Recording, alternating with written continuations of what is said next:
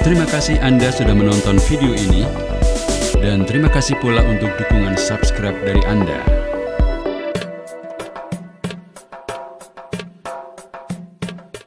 Assalamualaikum warahmatullahi wabarakatuh.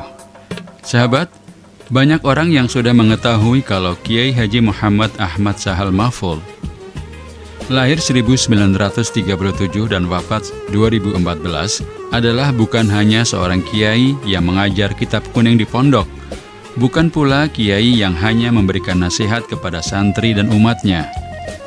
Tetapi beliau juga dikenal sebagai kiai yang mampu menggerakkan ekonomi umat, kiai yang piawai menulis hingga melahirkan puluhan karya tulis, dan kiai yang aktif berorganisasi. Kiai Sahal terpilih menjadi Rois Am Suriah Pengurus Besar Nahdlatul Ulama atau PBNU 3 kali periode secara berturut-turut. Sejak Muktamar NU yang ke-31 di Lirboyo tahun 2000, kemudian Muktamar NU di Donuhu dan Solo tahun 2005, dan Muktamar NU di Makassar tahun 2010. Bisa dikata kalau kiprah Kiai Sahal di masyarakat dan organisasi NU dan MUI sudah diketahui halayak umum. Namun, mungkin hanya sedikit saja yang mengetahui kehidupan rumah tangga Kiai Sahal, terutama tentang proses pernikahan Kiai Sahal dan istrinya, Nyai Nafisah, yang memiliki keunikan tersendiri karena tidak sesuai dengan lazimnya.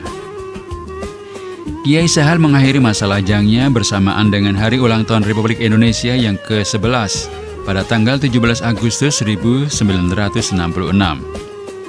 Ia menikah dengan wanita yang tidak dikenalnya, Nafisah namanya, anak dari Kiai Haji Fatah dan cucu dari Kiai Haji Bisri Samsuri. Bagi Kiai Sahal, proses pernikahannya dengan Nafisah terasa begitu mendadak. Ketika itu ia sedang mengunjungi sanak keluarga yang ada di desa Sirahan, Celubuk Pati. Kemudian datanglah seorang santri dan berkata bahwa Kiai Sahal diminta oleh pamannya, Kiai Haji Abdullah Salam, untuk pulang segera ke Kajen. Dalam perjalanan pulang, pikirannya dipenuhi dengan berbagai macam pertanyaan. Ada gerangan apa sehingga ia diminta pulang dengan segera? Sesampai di Kajen, Kiai Sahal mendapati beberapa kiai yang sedang berkumpul. Di antaranya adalah Kiai Haji Abdullah Salam, Kiai Haji Bisri Samsuri, serta beberapa kiai Kajen.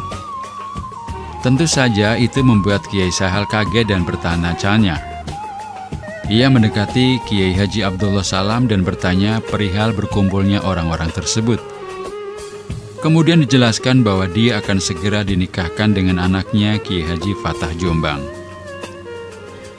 Sebagai seorang yang percaya kepada pamannya, ia mengiyakan saja perjodohan tersebut, meski ia belum mengetahui calon istrinya itu. Dan tidak berlangsung lama, akad nikah pun segera dimulai dengan dipimpin oleh Kiai Haji Bisri Samsuri. Uniknya, Kiai Sahal baru bertemu istrinya 2 tahun setelah akad ijab kabul tersebut, yakni pada tanggal 6 Juni 1968. Jadi setelah akad, ia menjalani hari-harinya sebagaimana sebelumnya, tanpa hidup bersama istrinya tersebut.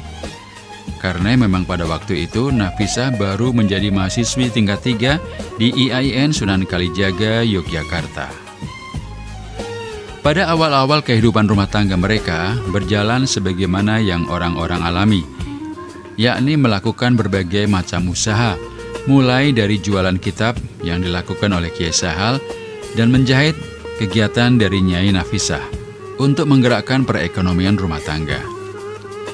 Ada persamaan antara kisah pernikahan Kiai Sahal dan sang keponakan Gus Dur.